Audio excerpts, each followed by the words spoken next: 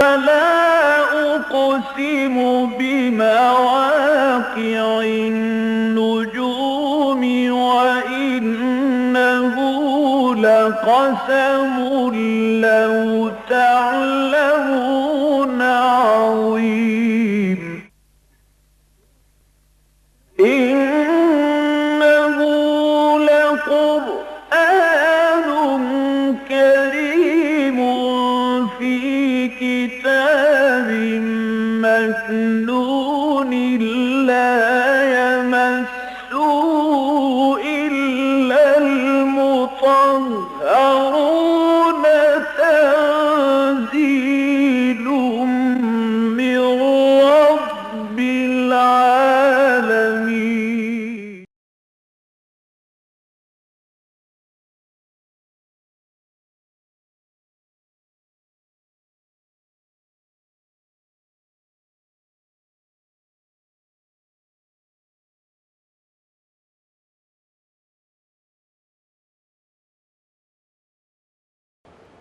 أعوذ بالله من الشيطان الرجيم. بسم الله الرحمن الرحيم. ثم أنشأنا من بعدهم قرونا آخرين. ثم أنشأنا من بعدهم قرونا آخرين. ما تسبق من أمة أجلها وما يستأخرون. ثم أرسلنا رسلنا تترى كلما جاء أمة رسولها كذبوه فأتبعنا بعضهم بعضا وجعلناهم أحاديث فبعدا لقوم لا يؤمنون. ثم أرسلنا موسى وأخاه هارون بآياتنا وسلطان مبين إلى فرعون وملئه فاستكبروا وكانوا قوما عالين. فقالوا أنؤمن لبشرين مثلنا وقومهما لنا عابدون. فكذبوهما فكانوا من المهلكين. ولقد آتينا موسى الكتاب لعلهم يهتدون. وجعلنا ابن مريم وأمه آية وآويناهما إلى ربوة ذات قرار ومعين. وجعلنا ابن مريم وأمه آية وآويناهما إلى ربوة ذات قرار ومعين. يا أيها الرسل كلوا من الطيبات واعملوا صالحا إني بما تعملون عليم. وإن هذه أمتكم أمة واحدة وأنا ربكم فاتقون. فتقطعوا أمرهم بينهم زبرا كل حزب بما لديهم فرحون. صدق الله العظيم. رب اشرح لي صدري ويسر لي أمري واحلل عقدة من لساني يفقهوا قولي. اللهم ألهمنا رشدنا وأعصمنا من شرور أنفسنا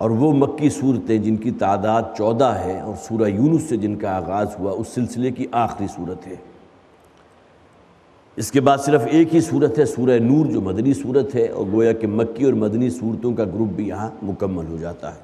یہ تیسرا گروپ ہے قرآن حکیم کا۔ دوسری بات یہ کہ سورہ مبارکہ کی جو ابتدائی 11 آیات ہیں، یہ باتیں پھر ذہن میں تازہ ہو جائیں تو ہماری ایمانی کیفیات میں بھی یقیناً اضافہ ہوتا ہے، اور پھر یہ کہ عمل کے لیے بھی اللہ تعالیٰ کی جناب سے ہمیں توفیق کی امید رکھنی چاہیے۔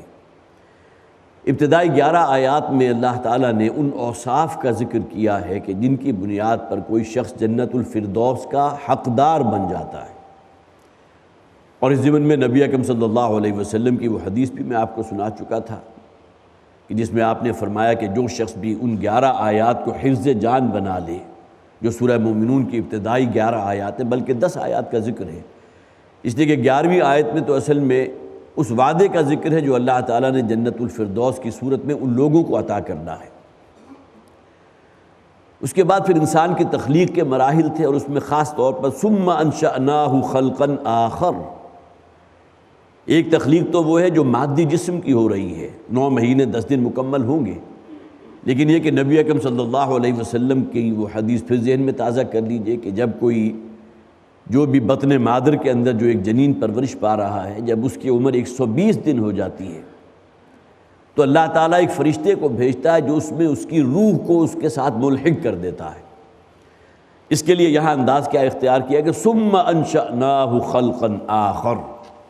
یہ جو مادی تخلیق کے جو مختلف مراحل ہیں یہ تو ہو رہے ہیں ہمارے حکم سے،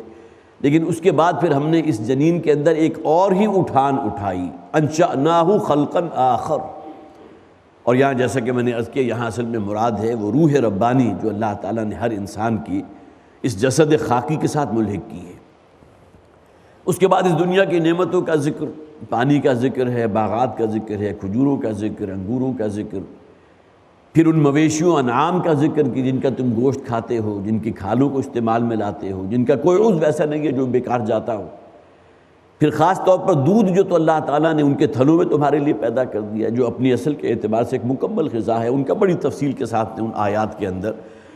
جسے کہا جاتا ہے التذکیر بآلاء اللہ، اللہ تعالیٰ کی نعمتوں کے حوالے سے نصیحت اور یاد دہانی۔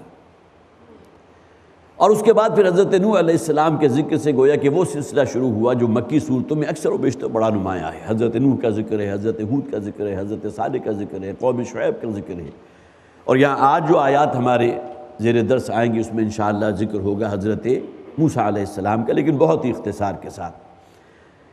اس سے پہلے ہم پڑھ چکے ہیں وہ مکمل صورت، سورہ طٰہٰ، تقریباً نصف پارے پر مشتمل صورت ہے کہ جس میں کل کا کل ذکر جو ہے حضرت موسیٰ علیہ السلام کا ذکر ہے۔ اب آئیے جو آیات ہم پڑھ چکے تھے اس کا تو میں نے خلاصہ آپ کے سامنے رکھ دیا،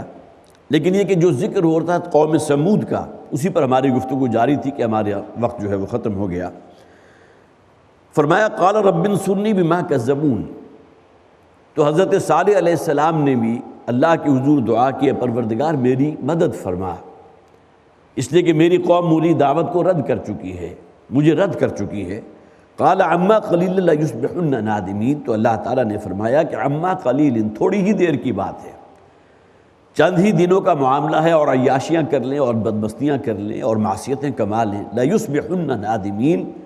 ان قریب ایک صبح آنے والی ہے کہ جس میں یہ انتہائی پشیمان ہوں گے۔ اور ندامت کا ذکر جو ہے اس حوالے سے یقیناً ہمارے ہاں اردو زبان میں بھی مستعمل ہے کہ انسان کے اوپر پشیمانی ہوتی ہے، شرمندگی ہوتی ہے، لیکن جس صبح ان پر اللہ تعالیٰ کا عذاب نازل ہوا تو صرف ندامت اور پشیمانی نہیں تھی، بلکہ وہ تو ان کے لیے ہلاکت خیزی لے کر آیا تھا۔ فَأَخَذَتْهُمُ الصَّيْحَةُ بِالْحَقِّ، اور پھر ہماری اس عذاب نے جو ایک چیخ اور چنگھاڑ کی شکل میں تھا وہ ان کے اوپر توڑ دی گئی، اس نے آ پکڑا ان کو۔ فَجَعَلْنَاهُمْ غُثَاءً، اور پھر ہم نے انہیں چورا چورا کر دیا۔ اور غصہ کے معنی جو ہے وہ جھاگ کے آتے ہیں، جس طرح کوئی سیلاب ہے اور اس کے اوپر جھاگ کی کوئی حیثیت نہیں ہوتی، اسی طرح اب ان کی کوئی حیثیت نہیں ہے، اب ان کا جسم جو ہے وہ چکنا چور ہو چکا ہے، ختم ہو چکا ہے۔ قوم عاد کے ساتھ جو معاملہ ہوا تھا کہ 7 دن اور 8 راتیں جو ہے مسلسل ہوا چلی تھی، اور یہ قوم جو ہے چٹانوں کے ساتھ پٹک پٹک کر، جسے آپ کہیے ان کا قیمہ بنا دیا گیا تھا، برتا بنا دیا تھا، غصاءً، جھاگ کے مانند بنا دیے گئے۔ یا جانور جب جگالی کرتا ہے تو جگالی کی صورت میں جو جھاگ اس کے منہ سے برآمد ہوتی ہے زمین پر گرتی ہے اسے بھی غصہ کہتے ہیں۔ فَبُعْدًا لِلْقَوْمِ الظَّالِمِينَ، تو اب خرابی ہے، بربادی ہے اور انتہائی لعنت ہے، اور گویا کہ راندہ درگاہ ہو گئی وہ قوم کے جو ظالموں پر مشتمل تھی۔ ثم انشأنا من بعدهم قرونا آخرین، اب آگے ذکر آ رہا ہے، اور اس کے بعد پھر ہم نے اور بہت سے قرن پیدا کیے۔ میں نے عرض کیا تھا کہ یہاں مظروف جو ہے ظرف کو مراد لے کر مظروف مراد لیا جاتا ہے، دورانیہ، ایسے دورانیہ جس میں اللہ تعالیٰ نے اپنے نبیوں اور رسولوں کو بھیجا، اور جن قوموں کی طرف بھیجا جب قوم نے انکار کر دیا، دعوت کو رد کر دیا تو انہیں ہلاک کر دیا گیا۔ تو فرمایا ثم انشأنا من بعدهم قرونا آخرین، اور اس کے بعد پھر ہم نے بہت سی اور اقوام کو اٹھایا۔ ما تسبق من امت اجلها وما یستأخرون، نہ تو آگے بڑھ سکی اس امت میں سے کوئی بھی جتھا یا کوئی قوم جس پر اللہ تعالیٰ کا عذاب وارد ہونا تھا، اجلہا، اپنے اس اجل معین سے۔ یہ قوموں کی زندگیوں میں بھی وہ وقت جو ہے اللہ تعالیٰ کی حکمت میں متعین ہے۔ قوم عاد کو کس دن ہلاک کیا جانا تھا، آپ کے علم میں ہے کہ 10 محرم جو ہے اس حوالے سے یہودیوں کے ہاں سیلیبریٹ کیا جاتا تھا کہ یہ وہ دن تھا جس دن اللہ تعالیٰ نے بنی اسرائیل کو فرعون اور آل فرعون کے ظلم اور استبداد سے نجات عطا فرمائی تھی۔ ایک یہ بھی مراد لیا گیا کہ اس دن حضرت موسیٰ علیہ السلام بنی اسرائیل کو لے کر نکل گئے تھے، گویا کہ یوم نجات بن گیا۔ اور ایک مراد یہ بھی لے جاتی ہے کہ 10 محرم کو اللہ تعالیٰ نے فرعون کو جو ہے وہ غرق کر دیا تھا، اور گویا کہ فرعون اور اس کی سلطنت اور آل فرعون تمام کے تمام ختم ہو گئے۔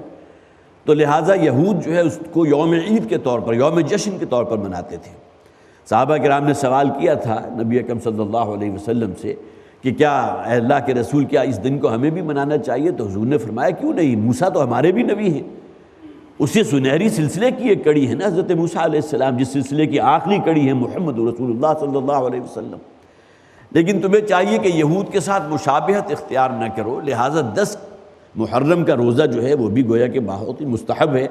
اس کے ساتھ حضور نے ایڈ فرما دیا 9 محرم کے روزے کو بھی شامل فرما دیا، گویا کہ 9 اور 10 محرم جو ہے اس میں روزہ رکھا کرو، اس لیے کہ یہ ایک یوم نجات بھی ہے، اور 10 محرم کے حوالے سے اور بھی بہت سی جو ہیں روایات موجود ہیں۔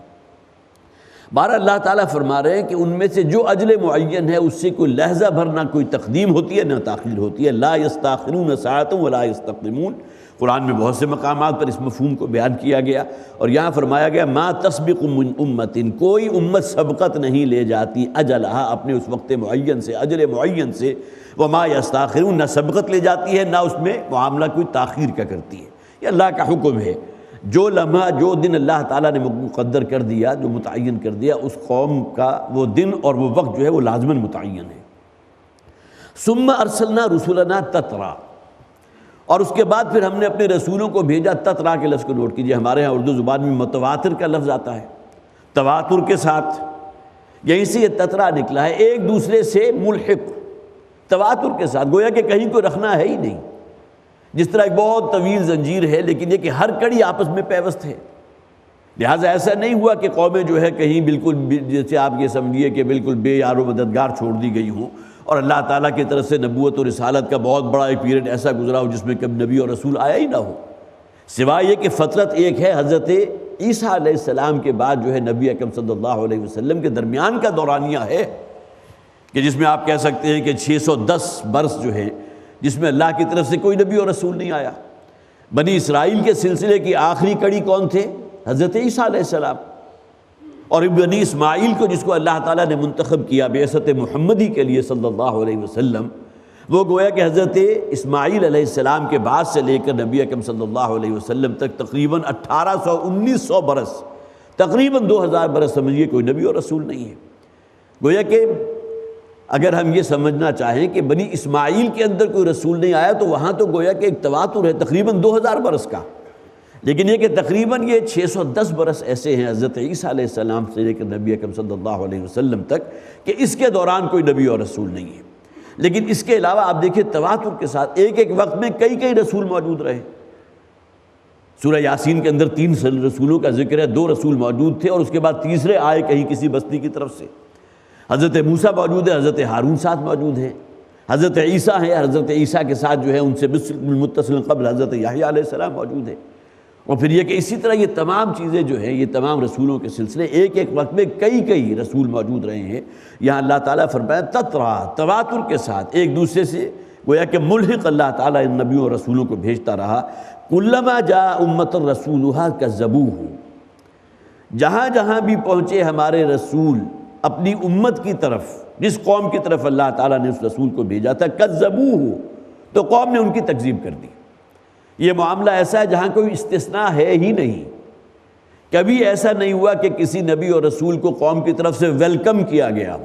نیور۔ نبی اکرم صلی اللہ علیہ وسلم سے بڑھ کر مثال کس کی ہوگی؟ 40 برس آغاز وحی سے پہلے جو حضور نے اپنی قوم میں گزارے تھے، الصادق اور الامین، اور آپ کہہ سکتے ہیں کہ مکہ کے رہنے والوں کی آنکھوں کا تارا تھے محمد صلی اللہ علیہ وسلم۔ لیکن یہ کہ جیسے ہی آپ کھڑے ہوئے ہیں اور اپنے رب کے جو ہے توحید کا کام شروع کیا ہے، یہی قوم جان لیوا جو ہے دشمن بن گئی۔ پھر کیا کچھ نہیں کہا گیا، مجنون کہا گیا، ساحر کہا گیا، کاہن کہا گیا، معلوم ہوتا ہے کسی آسیب کا سایہ ہو گیا، 100 قسم کی باتیں جو مکی صورتوں میں ہم نے پڑھ بھی لی ہیں۔ اب یہ تمام چیزیں کیوں تھیں؟ اس لیے کہ یہ معاملہ ہمیشہ سے رہا ہے کہ کبھی بھی کسی قوم کی طرف سے نبی اور رسول کو کبھی ویلکم نہیں کیا گیا، ہمیشہ مخالفتیں ہوئیں۔ لہٰذا یہاں فرمایا کذبوہ، تو تمام قوموں نے اپنے رسولوں کی تکذیب کر دی۔ اب ظاہر ہے کہ یہاں معاملہ ان لوگوں کا ایگزمپٹڈ ہے کہ جو ایمان لے آئے تھے۔ ان کی تعداد کتنی تھی؟ معدود چند۔ اس معاشرے کی بہت ہی اقلیت میں ہوتی تھی وہ تعداد جو رسولوں اور نبیوں کے اوپر ایمان لے کر آئے۔ حضرت نوح علیہ السلام کے بارے میں میں نے جیسا کہ عرض کر دیا کہ بائبل جو ہے وہ خود اس بات کا اقرار کر رہی ہے کہ ان پر ایمان لانے والوں کی تعداد جو ہے 72 سے زیادہ نہیں تھی، لیکن بعض روایات ایسی ہیں کہ جس میں معلوم ہوتا ہے سوائے ان کے 3 بیٹوں کے کوئی اور شخص ان پر ایمان نہیں لایا تھا۔ تو یہ معاملہ جو ہے یہ وتیرہ تو ہمیشہ سے رہا ہے کہ قوموں نے جو ہے اس نبی اور رسول کا انکار کیا، تو فرمایا کذبوہ فاتبعنا بعضهم بعضا، اور اس کے بعد پھر ہم نے ایک قوم کے بعد دوسری قوم اور ایک رسول کے بعد دوسرے رسول کو مسلسل تواتر کے ساتھ، جیسا کہ ہم نے پڑھ لیا، ثم ارسلنا رسولنا تترا، تواتر کے ساتھ متواتر بھیجتے رہے، وجعلناہم احادیث، بڑے پیارے الفاظ ہیں، اور اس کے بعد پھر ہم نے ان قوموں کو قصہ پارینہ بنا کر رکھ دیا۔ اب گویا کہ ان کی مثالیں جو ہے ضرب المثل کے طور پر تو استعمال کی جاتی ہیں کہ قوم لوط کے ساتھ کیا معاملہ ہوا تھا، آسمان سے پتھروں کی بارش ہوئی تھی، وہ قصہ پارینہ بن گئے۔ لا یرا الا مساکنہم، قرآن میں کہا گیا اب ان کے صرف مسکن موجود ہیں۔ بڑی عالی شان حویلیاں انہوں نے تعمیر کی تھی، پہاڑوں کو کھود کھود کر اپنے لیے جو ہے انہوں نے بہت مضبوط گڑھیاں بنائی تھیں، قلعے تعمیر کیے تھے، اور ہر قسم کی جو ہے آسائشیں اور عیاشیوں کا سامان اپنے ہاں جو ہے وہ کیا تھا۔ بڑی متمدن قومیں تھیں، بڑی مہذب قومیں تھیں، لیکن قرآن فرماتا ہے وجعلناہم احادیث، اور پھر اس کے بعد ہم نے انہیں احادیث بنا دیا، کہانیاں، قصہ پارینہ بنا کر رکھ دیا۔ یہ مشرکین مکہ کی طرف سے یہ جو اعتراض کیا جاتا تھا، مکی صورتیں چونکہ اسی دور میں نازل ہوئی، ظاہر ابتدائی 13 برس کے اندر کوئی مدنی صورت تو نازل نہیں ہوئی تھی، مکی صورتیں تھیں، اور اس میں کثرت کے ساتھ ذکر تھا ان قوموں کا کہ جن کو اللہ تعالیٰ نے تباہ و برباد کیا ہے اور ہلاک کر دیا۔ لہٰذا کہتے تھے وہ لوگ انہم الا اساطیر الاولین، یہ محمد جو باتیں ہم سے کر رہے ہیں صلی اللہ علیہ وسلم، جو ریپیٹڈلی ہمارے سامنے آ رہی ہیں، یہ تو معلوم ہوتا ہے گزشتہ قوموں کے احوال ہیں، کچھ واقعات ہیں، کوئی کہانیاں ہیں، قصہ پارینہ ہے کہ جو محمد بیان کر رہے ہیں صلی اللہ علیہ وسلم۔ تو قرآن خود کہتا ہے وجعلناہم احادیث، اور ہم نے پھر انہیں کہانیاں بنا دیا۔ اب گویا کہ قصوں میں تو ان کا ذکر ہوگا، ماضی میں ایک قوم تھی کہ بڑی متمدن اور بڑی مہذب تھی، لیکن اس کا کیا انجام ہوا، وہ نشان عبرت بنا دیے گئے۔ فَبُعْدًا لِقَوْمٍ لَا يُؤْمِنُونَ، تو اب لعنت ہے، بعد ہے، دوری ہے اس قوم کے لیے کہ جو ایمان نہیں لائے۔ لیکن اسی قوم میں سے جو سعادت مند تھے، جو سعید روحیں تھیں، جو قرآن حکیم میں کہا گیا نا وَأَمَّا الَّذِينَ سُعِدُوا فَفِي الْجَنَّةِ خَالِدِينَ فِيهَا، ہر قوم کے اندر ایسا طبقہ موجود ہوتا ہے۔ نبی اکرم صلی اللہ علیہ وسلم کی مثال اگر آپ اپنے سامنے رکھیں تو انہی مشرکین مکہ میں سے جو انتہائی ناہنجار اور بدبخت بھی ثابت ہوئے، لیکن ان میں سے کیسی کیسی سعید روحیں موجود تھیں۔ حضرت عثمان جو ہیں بہت ہی متمول، بہت دولت مند گھرانے کا ایک فرد، وہ ایمان لائے، نوجوان تھے۔ اسی طرح حضرت سعد بن ابی وقاص رضی اللہ تعالیٰ عنہ، انتہائی امیر گھرانے کے نوجوان۔ حضرت مصعب بن عمیر رضی اللہ تعالیٰ عنہ، اور سب سے بڑھ کر حضرت ابوبکر صدیق رضی اللہ تعالیٰ عنہ، جنہیں صدیق اکبر کہا جاتا ہے۔ اسی معاشرے میں ہی سعید روحیں موجود تھی نا۔ حضور کے الفاظ موجود ہیں احادیث کے اندر کہ جس شخص کے سامنے بھی میں نے ایمان کی دعوت رکھی ہے، لہجہ بھر کی تاخیر سب نے کی سوائے ابو بکر کے رضی اللہ تعالیٰ عنہ، اور بڑا پیارا واقعہ آپ حضرات کو پھر اپنی ذہن میں تازہ کر لیجئے۔ تو نبی اکرم صلی اللہ علیہ وسلم کا جو شب معراج کا میں نے واقعہ آپ کے سامنے رکھا، تو مشرکین مکہ نے بڑی بغلیں بجائی تھی کہ آج تو محمد نے وہ بات کہہ دی صلی اللہ علیہ وسلم، یہ ان کے الفاظ چونکہ میں نقل کرتا ہوں، لہٰذا بعد میں جو درود و سلام کا معاملہ وہ یقیناً ہمیں کرنا چاہیے۔ آج تو اس نے یہ بات کہہ دی کہ جس کے بعد کسی شخص کو کوئی شک نہیں رہے گا کہ بہکی بہکی باتیں کر رہے ہیں۔ یہ کہہ رہے ہیں راتوں رات میں ساتوں آسمان پر سے ہو آیا، جنت و جہنم کا جو ہے نا مشاہدہ کر لیا میں نے، اور پھر میں نے تمام جو ہے انبیاء کو جماعت کرائی تھی، نماز پڑھائی تھی بیت المقدس میں، تو لوگ بہت خوشی خوشی گئے حضرت ابو بکر رضی اللہ تعالیٰ عنہ کے پاس کہ تمہیں معلوم ہے تمہارے ساتھی کیا کہہ رہے ہیں؟ تو حضرت ابو بکر تک، اب یہ عجیب اتفاق ہے، حالانکہ حضرت ابو بکر کا معاملہ یہ ہے کہ حضور کے ساتھ سائے کی طرح رہنے والے تھے، لیکن اس معاملے میں ابھی وہ بات حضرت ابو بکر تک نہیں پہنچی تھی رضی اللہ تعالیٰ عنہ۔ تو روایات میں ہے کہ حضرت ابو بکر نے تعجب سے سوال کیا کیا واقعی وہ کہہ رہے ہیں؟ تو یہ لوگ بڑے خوش ہوئے، ہاں ہاں چلو ہمارے ساتھ چلو جا کر ابھی ہم تمہیں سنواتے ہیں۔ وہ خود کہہ رہے ہیں کہ راتوں رات میں بیت المقدس بھی پہنچ گیا اور اس کے بعد ایک سواری پر جو ہے ساتوں آسمان کا سفر کر لیا۔ تو اب اس پر حضرت ابوبکر نے جملہ کہا تھا، واقعتاً انسان جو ہے اسے سنہری حروف میں لکھے جانے کے قابل ہے کہ اگر وہ یہ کہہ رہے ہیں تو بالکل سچ کہہ رہے ہیں۔ اسی بنیاد پر صدیق اکبر کہا گیا نا، سب سے بڑھ کر صداقت کی گواہی دینے والے محمد رسول اللہ صلی اللہ علیہ وسلم کی وہ ابوبکر تھے رضی اللہ تعالیٰ۔ تو اسی معاشرے کے اندر وہ افراد بھی موجود تھے جو گویا کہ بالکل وہی معاملہ، نور علی نور، باطن کے اندر وہ پیاس تھی کہ ہمیں حق معلوم ہونا چاہیے، حق ہے کیا، میں کون ہوں، کہاں سے آ رہا ہوں، کہاں جا رہا ہوں، زندگی کا مقصد کیا ہے، مرنے کے بعد کی کوئی زندگی ہے یا نہیں ہے۔ لیکن جیسے ہی کسی نبی اور رسول کی دعوت ان کے کانوں تک پہنچتی ہے تو لبیک کہتے ہوئے اسے بالکل اسی طرح جس طرح کی مثال سورہ نور میں دی گئی، پیٹرول کی مثال عام طور پر دیتے ہیں، زیتون کا انتہائی شفاف اگر تیل ہو تو اسے جلانے کے لیے کسی واسطے کی ضرورت نہیں پڑتی، ورنہ کسی اور شے کو اگر آپ نے آگ لگانی ہو تو کڑوا تیل ہے، سرسوں کا تیل ہے، تو کوئی بتی بنائیں گے تو اس کو آگ لگائیں گے۔ لیکن ہمارے دور میں پیٹرول کی مثال ہے کہ پیٹرول کے لیے کسی واسطے کی ضرورت نہیں، پیٹرول اگر آپ نے زمین پر ڈال دیا اور دور سے جیسے ہی آپ نے کوئی چنگاری روشن کی فوراً آگے بڑھ کر اس کو جو ہے آگ کو قبول کر لے گا۔ نور علی نور، بالکل یہ مثال پیش کی گئی ہے سورہ نور میں ان لوگوں کی کہ جن کی فطرت بھی انتہائی سلیم الطبع ہے، طبعی طور پر بھی انتہائی سلیم، عقل سلیم کے مالک ہے، لہذا جیسے ہی خارج میں کسی نبی اور رسول کی دعوت پہنچتی ہے فوراً لبیک کہتے ہوئے اسے قبول کر لیتے ہیں۔ انہی معاشروں کے اندر وہ لوگ بھی موجود رہے ہیں ہمیشہ سے، لیکن یہ کہ بہرحال اکثریت ہمیشہ سے انہی لوگوں کی تھی جن کا یہاں ذکر کیا گیا، کذبوہ، انہوں نے تکذیب کی اور پھر ہم نے انہیں جو ہے نشان عبرت بنا دیا، فبعدا لقوم لا یؤمنون، اور پھر لعنت ہے اس قوم کے لیے، دوری ہے اس قوم کے لیے جو ایمان نہیں لائے۔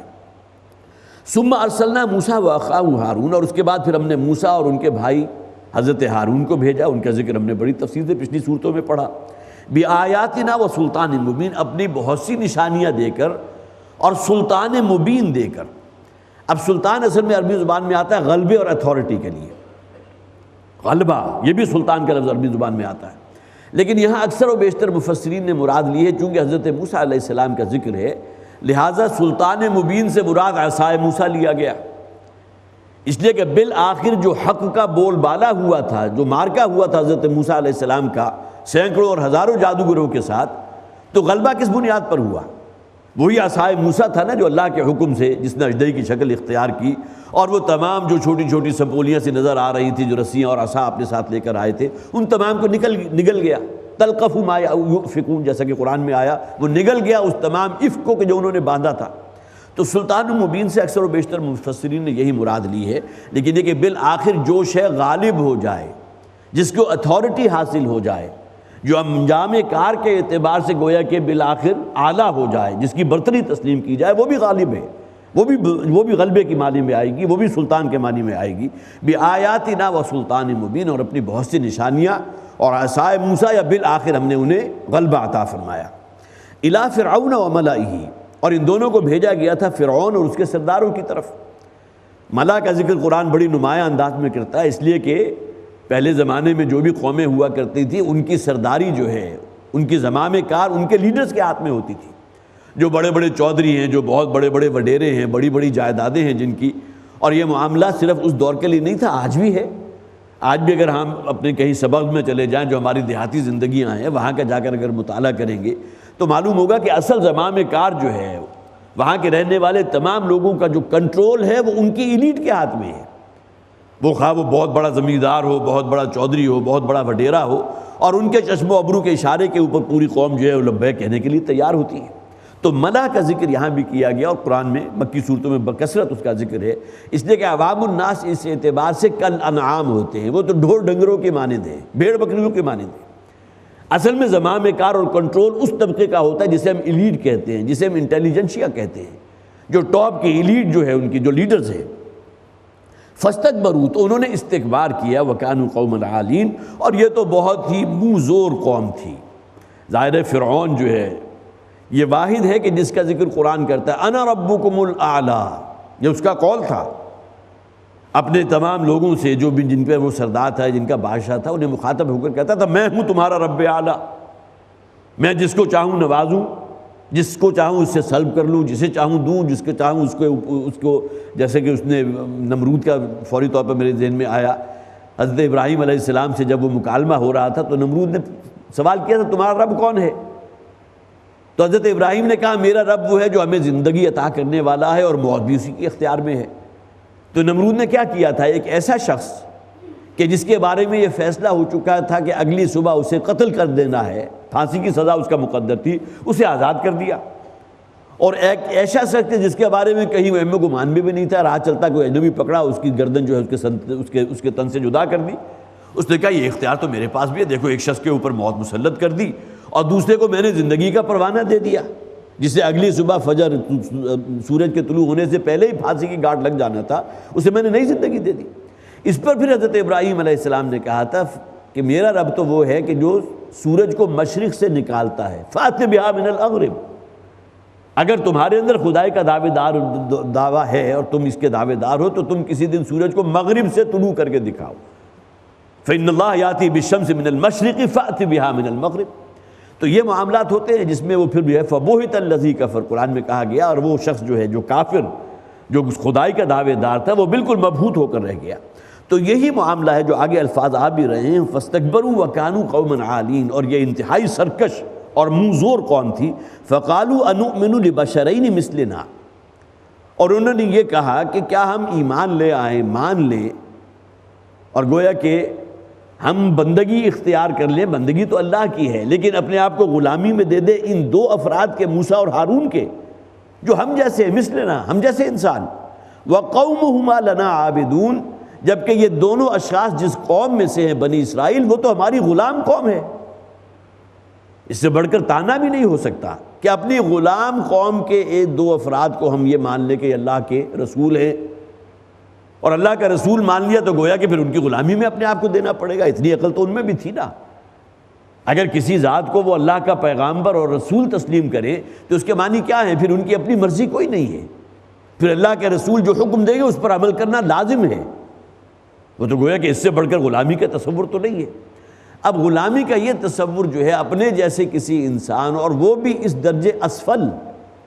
کہ ہماری وہ قوم، وَقَوْمُهُمَا لَنَا عَابِدُونَ، وہ ہماری غلام قوم ہے بنی اسرائیل، ان میں کہ یہ دو افراد ہیں کہ جنہوں نے دعویٰ کیا ہے نبوت اور رسالت کا، تو ان کو تو ہم ہرگز نبی اور رسول ماننے کو تیار نہیں۔ اب یہ وہ بات ہے جو یہاں فرمائی گئی، قَوْمُهُمَا لَنَا عَابِدُونَ، یہاں لفظ عبد کو بھی نوٹ کیجئے، ایک تو اس اعتبار سے بھی کہ وہ اسفل قوم جو تھی جس پر یہ ظلم کرتا تھا، جو ان کی غلام قوم تھی، اس میں سے کے دو افراد، لیکن یہاں یہ لوگ جو ہیں جو بنی اسرائیل کے لوگ تھے، یہ فرعون کی پوجا تو نہیں کیا کرتے تھے۔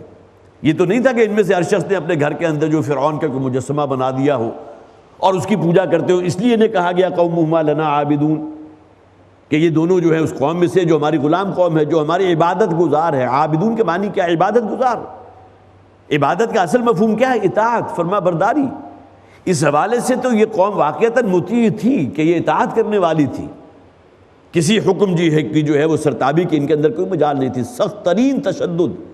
اور زندہ انسان کو زمین میں گاڑ دینا اور انسان کو لٹا کر لوہے کی بڑی بڑی موٹی میخوں کے ذریعے جو ہے ایک میخ اس کی پیٹ میں کھوبی اور زمین کے اندر گہرائی تک پہنچا دی، دوسری میخیں جو ہے اس کے بازو میں کروا دی، اسی طرح انسان سے سک کر مر جاتا تھا۔ یہ سزا دیا کرتا تھا ان لوگوں کو کہ جو بنی اسرائیل کے قوم کے افراد میں سے تھے، اور ظاہر ہے کہ وہ پھر کہیں اگر کوئی سرکشی کی یا کہیں کسی اعتبار سے نشوز کی کوئی اگر اسمیل آ گئی تو بدترین قسم کی سزا یہ شخص دیا کرتا تھا۔ لیکن یہاں نوٹ کیجیے وَقَوْمُهُمَا لَنَا عَابِدُونَ، یہاں عبادت کے معنی کیا ہے؟ مطیع، ہماری زیر نگر قوم ہے۔ ان میں کے دو افراد ہیں کہ ان کو ہم جو ہے نبی اور رسول ماننے کو تیار نہیں۔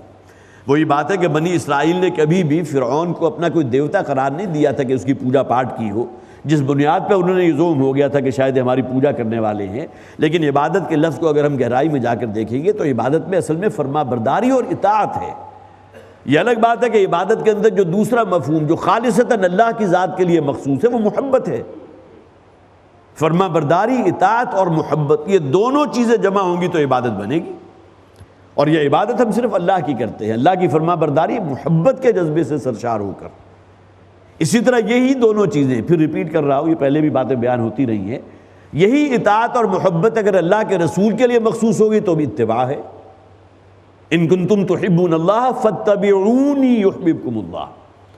اللہ سے محبت کا اگر دعویٰ ہے تو اس کا تو ایک ہی کسوٹی ہے، ایک ہی معیار ہے، اور ایک ہی مظہر ہوگا کہ میرا اتباع کرو۔ اتباع کی اصطلاح کے اندر اطاعت اور محبت دونوں موجود ہیں۔ تو عبادت میں اگرچہ دونوں چیزیں ہیں، لیکن یہاں جو کہا گیا وَقَوْمُهُمَا لَنَا عَابِدُونَ، ان دونوں کی جو قوم ہے وہ تو ہماری عبادت گزار قوم ہے۔ بھائی معنی کوئی پوجا پاٹ وہ نہیں کرتے تھے، نہ بنی اسرائیل کو ان کے ساتھ محبت تھی، لیکن یہ کہ بہرحال وہ ان کے غلاموں میں سے تھے، ان کے اوپر غلاموں جیسا سلوک وہ روا رکھتے تھے۔ فَكَذَّبُوهُمَا فَكَانُوا مِنَ الْمُهْلَكِينَ، اس کا نتیجہ کیا نکلا؟ بالآخر ان تمام لوگوں نے، آل فرعون نے ان دونوں کی تکذیب کر دی۔ حضرت موسیٰ، حضرت ہارون دونوں کی دعوت کو رد کر دیا، اور یہ معاملہ ہر قوم کا رہا، جیسے کہ ہم پچھلی آیات میں پڑھ چکے کہ اکثر و بیشتر کلما جاء امۃ رسولھا کذبوہ، قوم کی اکثریت وہی تھی کہ جنہوں نے تکذیب کی تھی، وہی معاملہ ان کی طرف سے بھی ہوا۔ فکانوا من المہلکین، اور بالآخر وہ غارت ہو جانے والوں میں سے، ہلاک ہو جانے والوں میں سے ہو گئے۔ اور ان پر عذاب وہ آیا تھا کہ جس میں فرعون اور آل فرعون جو ہے، اگرچہ بہت سے عذاب آتے رہے، کبھی چچیوں کا عذاب آیا، یہ چھوٹے چھوٹے عذاب تھے جو انہیں ذرا جھنجھوڑنے کے لیے تھے، متوجہ کرنے کے لیے تھے۔ آتے تھے حضرت موسیٰ علیہ السلام کے پاس کہ اپنے رب سے دعا کرو کہ کسی طرح اس عذاب کو ہمارے اوپر سے ٹال دے۔ یہ کیا چچڑیوں کا عذاب آ گیا، سسریاں ہیں، مینڈکوں کا عذاب آ گیا، خون کی کہیں بارش ہو رہی ہے، پانی جو ہے وہ خون کی شکل میں تبدیل ہو گیا، پینے کے لیے کیا ہے؟ وہ پانی کے جو مٹکوں میں جمع کیا تھا جب انڈیلا تو معلوم وہ پانی نہیں ہے، خون ہے۔ اور اسی طرح مینڈک اتنی کثرت سے ہو گئے کہیں قدم نہیں رکھ سکتے تھے کہ جہاں کوئی مینڈک موجود نہ ہو۔ ایک خاص تعداد کے اندر اگر یہ چیزیں ہوں تو بہرحال اس میں کوئی مذائقہ نہیں ہوتا، لیکن ایک تعداد سے اگر بڑھ جائے ان کی تعداد تو یہی چیز اللہ تعالیٰ کا عذاب بن جاتی ہے۔ تو یہ چھوٹے چھوٹے عذاب اللہ تعالیٰ انہیں دیتا رہا ہے، لیکن وہ بڑا عذاب جو ہے وہ ہلاکت، جس میں فرعون اور آل فرعون اور اس کا لاؤ لشکر تمام جو ہے سمندر برد کر دیے گئے، غرق کر دیے گئے، اس کے بارے میں فرمایا فَكَانُوا مِنَ الْمُهْلَكِينَ، اور وہ ہلاک ہو جانے والوں میں سے ہو گئے۔ وَلَقَدْ آتَيْنَا مُوسَى الْكِتَابَ لَعَلَّهُمْ يَهْتَدُونَ، اور ہم نے موسیٰ کو کتاب بھی عطا فرمائی تھی۔ قرآن حکیم میں جن رسولوں کا ذکر ہے خاص طور پر کتابوں اور صحیفوں کے اعتبار سے، اس میں حضرت موسیٰ علیہ السلام ہیں جنہیں تورات عطا کی گئی، حضرت داؤد علیہ السلام ہیں جنہیں زبور عطا فرمائی گئی، وَآتَيْنَا دَاوُودَ زَبُورًا۔ اسی طرح حضرت ابراہیم علیہ السلام کے صحیفے کا ذکر بھی قرآن میں موجود ہے جو آج بالکل ناپید ہیں۔ کہیں جو ہے حضرت ابراہیم تو تقریباً 3,500-4 ہزار برس پہلے کی شخصیت ہے، اس عرصے کے دوران جو ہے وہ صحیفے کہیں موجود ہیں یا نہیں۔ لیکن یہ کہ ہندوؤں کے ہاں جو ایک خاص سیکٹ ہے براہما جنہیں کہتے ہیں، اس کے بارے میں بعض حضرات کا، مولانا مناظر احسن گیلانی رحمۃ اللہ علیہ کا یہ خیال ہے کہ اصل میں ان کے جو براہمن ہیں یہ بھی حضرت ابراہیم علیہ السلام ہی کی کوئی جو ہے نسل میں سے ہیں، لہٰذا براہما ابراہیم سے نکلا، براہمن بھی وہیں سے برآمد ہوا، ان کا کوئی تعلق ہو سکتا ہے۔ اور ان کے جو بھی ان کے پاس صحیفے ہیں، ممکن ہے کہ ان کے اندر حضرت ابراہیم علیہ السلام کی تعلیمات کا کوئی نہ کوئی جو ہے جز موجود ہو۔ اسی طرح محمد رسول اللہ صلی اللہ علیہ وسلم کو اللہ تعالیٰ نے قرآن عطا فرمایا، تو فرمایا کہ ہم نے موسیٰ علیہ السلام کو بھی کتاب عطا کی تھی، وہ حامل کتاب بھی تھے، حامل شریعت بھی تھے۔ اور حضرت موسیٰ علیہ السلام کا معاملہ اس اعتبار سے بھی بڑا منفرد ہے کہ انہیں جو تورات عطا فرمائی گئی تھی وہ الواح کی شکل میں تھی، تختیوں کی شکل میں تھی۔ جس طرح سلیٹس ہوتی ہیں، اور سلیٹ کے اوپر ایک شے تو ہے جو آپ نے کسی چاک کے ذریعے، سلیٹی کے ذریعے لکھ دی، ایک یہ ہے کہ اسی پتھر کی جو پلیٹ ہے اس کے اوپر کندہ کر کر کچھ اللہ تعالیٰ نے اپنے احکامات جو ہے وہ جو کوہ طور تھا اس پر حضرت موسیٰ علیہ السلام کو عطا فرمائے تھے۔ قرآن حکیم میں اس کا ذکر بھی الواح کی شکل میں، تختیوں کی شکل میں۔ اب وہ تختیاں کس شے کی تھی؟ آیا وہ لوہے کی بنی ہوئی تھی یا کہیں پتھر کی بنی ہوئی تھی، اس کے بارے میں قرآن جو ہے کوئی اس کی ہماری رہنمائی نہیں کرتا، لیکن حضرت موسیٰ علیہ السلام کو تورات جو ہے وہ الواح کی شکل میں عطا فرمائی گئی تھی۔ وَلَقَدْ آتَيْنَا مُوسَى الْكِتَابَ لَعَلَّهُمْ يَهْتَدُونَ، ہم نے موسیٰ کو کتاب عطا فرمائی شاید کہ وہ ہدایت کے راستے پر آ جاتے، لیکن ایک قوم نے جو ہے حد درجے ناہنجاری کا ثبوت دیا۔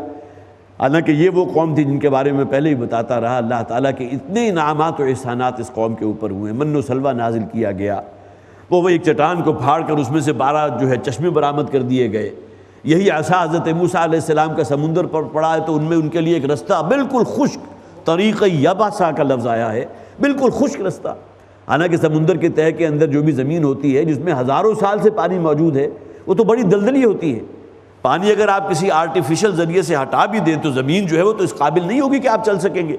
لیکن قرآن کہتا ہے بالکل پتھریلی اور خشک زمین کی شکل میں ہم نے ایک رستہ ان کے لیے نکال دیا، سمندر، اور دونوں حصے جو پانی کے ہیں کالطود العظیم، بڑے بڑے عظیم تودوں کی شکل میں پانی کے جو ہے دونوں طرف جو ہے ٹیلے کھڑے ہوئے تھے۔ اب اتنی اللہ تعالیٰ کے انعامات و احسانات جس قوم پر ہوئے، لیکن بہرحال بدبختی کی انتہا ہے کہ واحد قوم ہے جس کے لیے اللہ تعالیٰ نے فرمایا ضربت علیہم الذلۃ والمسکنۃ وباؤوا بغضب من اللہ، اللہ تعالیٰ کی طرف سے ذلت اور مسکنت اور اللہ کا غضب ان کے اوپر تھوپ دیا گیا۔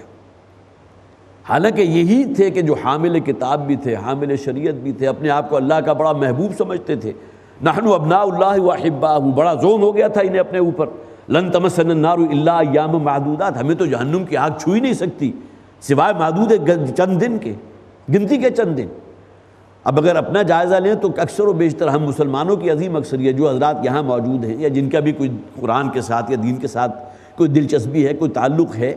ان کا معاملہ تو اللہ تعالیٰ کا فضل ہے کہ انہیں توفیق عطا فرمائی، ان کے لیے رستہ جو ہے آسان فرمایا کہ وہ دین کے حقائق سے بھی روشناس ہوئے، دین کی تعلیمات بھی ان تک پہنچی۔ باقی ہے کہ کتنی عظیم اکثریت ہے کہ جو انہی امانی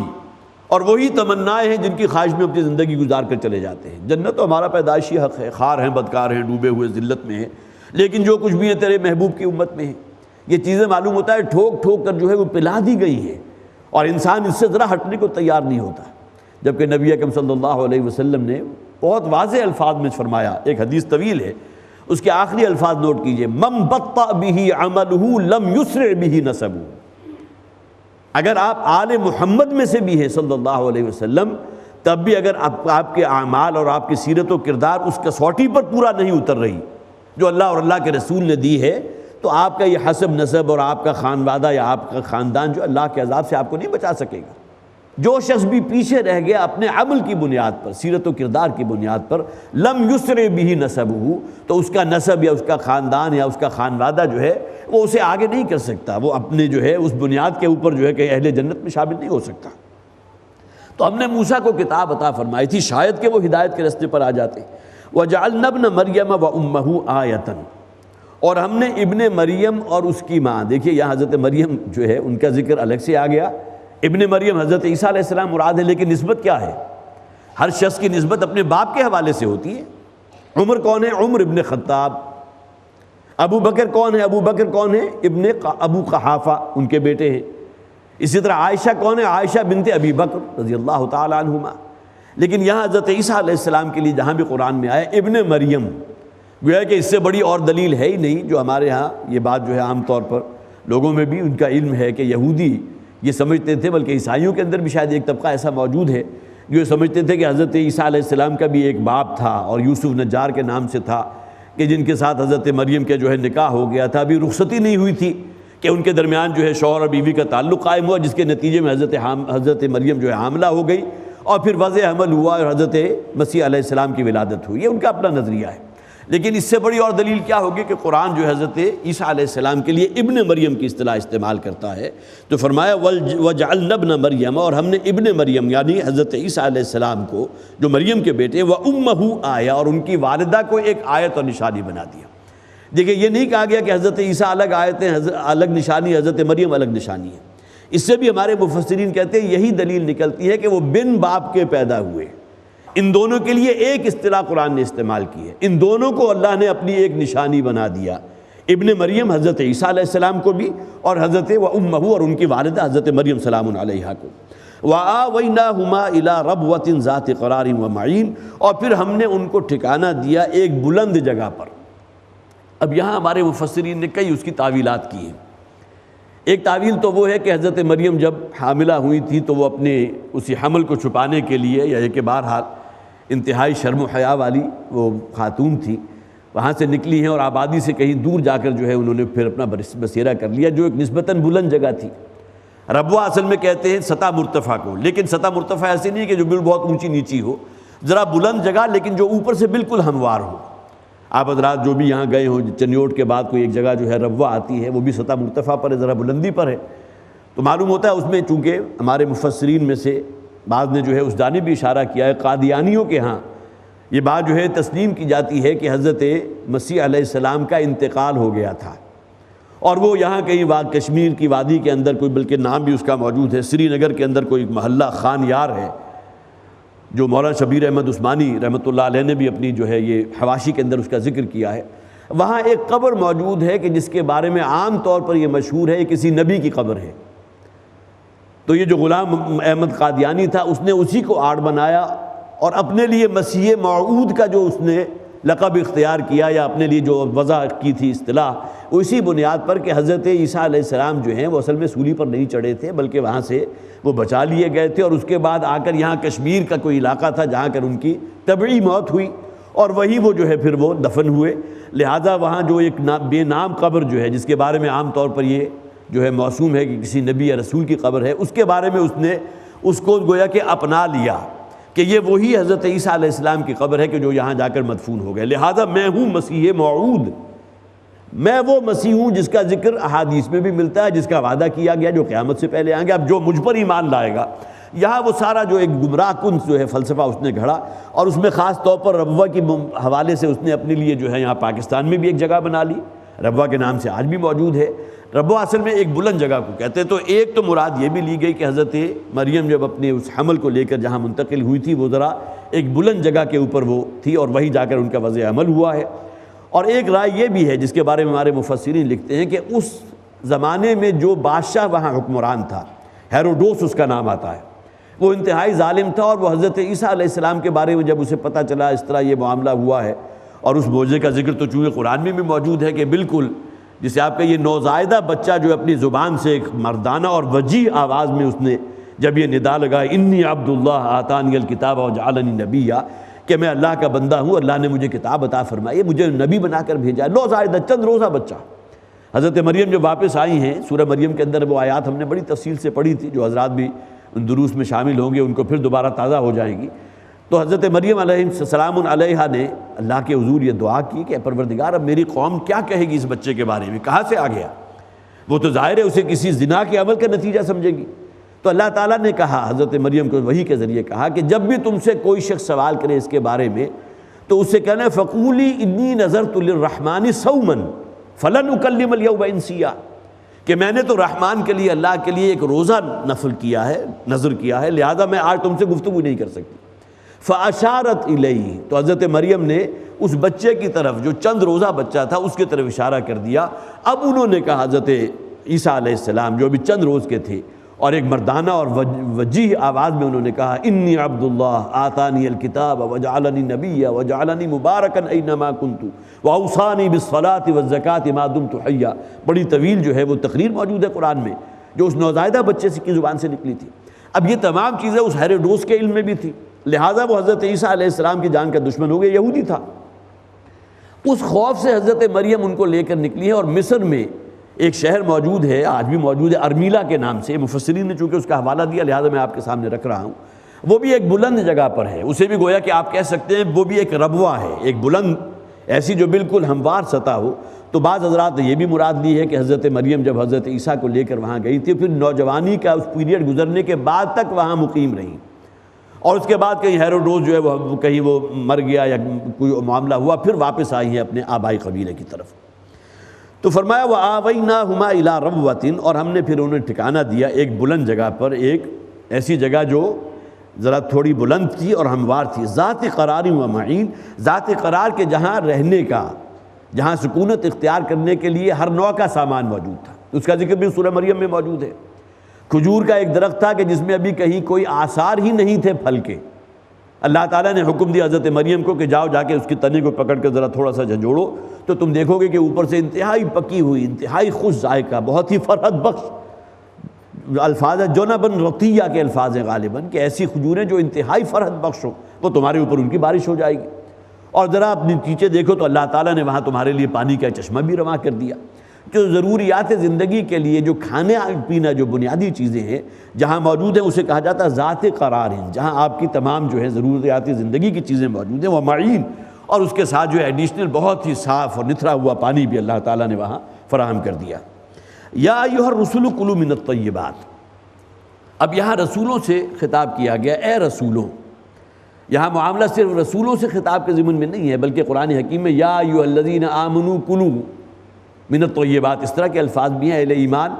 ان چیزوں میں سے کھاؤ جو طیب چیزیں ہیں، پاکیزہ چیزیں ہیں۔ اب یہاں نوٹ کیجئے، رسولوں کو خاص طور پر ہر بات جو کہی جاتی ہے اصل میں رسول کو جو حکم دیا جاتا ہے سوائے مخصوص، جیسے کہ نبی اکرم صلی اللہ علیہ وسلم نے ایک حدیث میں فرمایا ایکم مثلی، تم میں سے کون ہے جو مجھ جیسا ہو،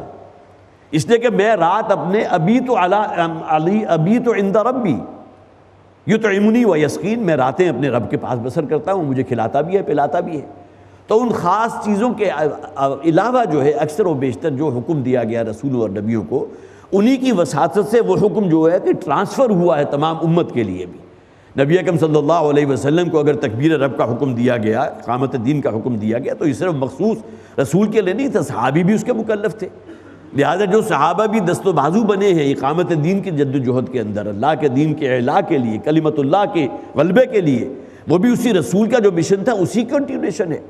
لہٰذا قرآن حکیم میں یہاں بھی فرمایا گیا یا ایھا الرسل کلوا من الطیبات، صرف رسولوں کو حکم نہیں ہے کہ وہی صرف پاکیزہ اور جو بھی پاک چیزیں ہیں وہ کھائیں گے، بلکہ تمام وہ لوگ کہ جو ایمان لائے وہ بھی اس میں مراد ہیں۔ یہودیوں نے بعض ایسی چیزیں جو اللہ کی جناب میں طیب تھی، جو پاکیزہ تھی، جو حلال تھی، وہ بھی اپنے لیے ناجائز قرار دے دی، اور اللہ تعالیٰ نے پھر ان کے اس جرم کی سزا یہ دی کہ ان کے اوپر ان کو حرام ہی کر دیا۔ اونٹ کا گوشت جو ہے ان کے نزدیک، حضرت یعقوب جنہیں عام طور پر اسرائیل بھی کہا جاتا ہے، ان کے بارے میں وہ اونٹ کا گوشت نہیں کھایا کرتے تھے۔ عام طور پر طبعی ہر انسان کے اندر ایک رغبت ہوتی ہے کسی شے سے، طبعاً اسے رغبت نہیں ہے۔ بہت سے حضرات جو ہے سبزیوں میں سے کوئی شے نہیں کھاتے، لیکن کہ اس کے معنی یہ نہیں ہے کہ وہ شے حرام ہو گئی۔ تو اسی طرح حضرت یعقوب علیہ السلام جو ہے وہ اونٹ کا گوشت نہیں کھاتے تھے، یہودیوں نے اسی کو دلیل بنا لیا، وہ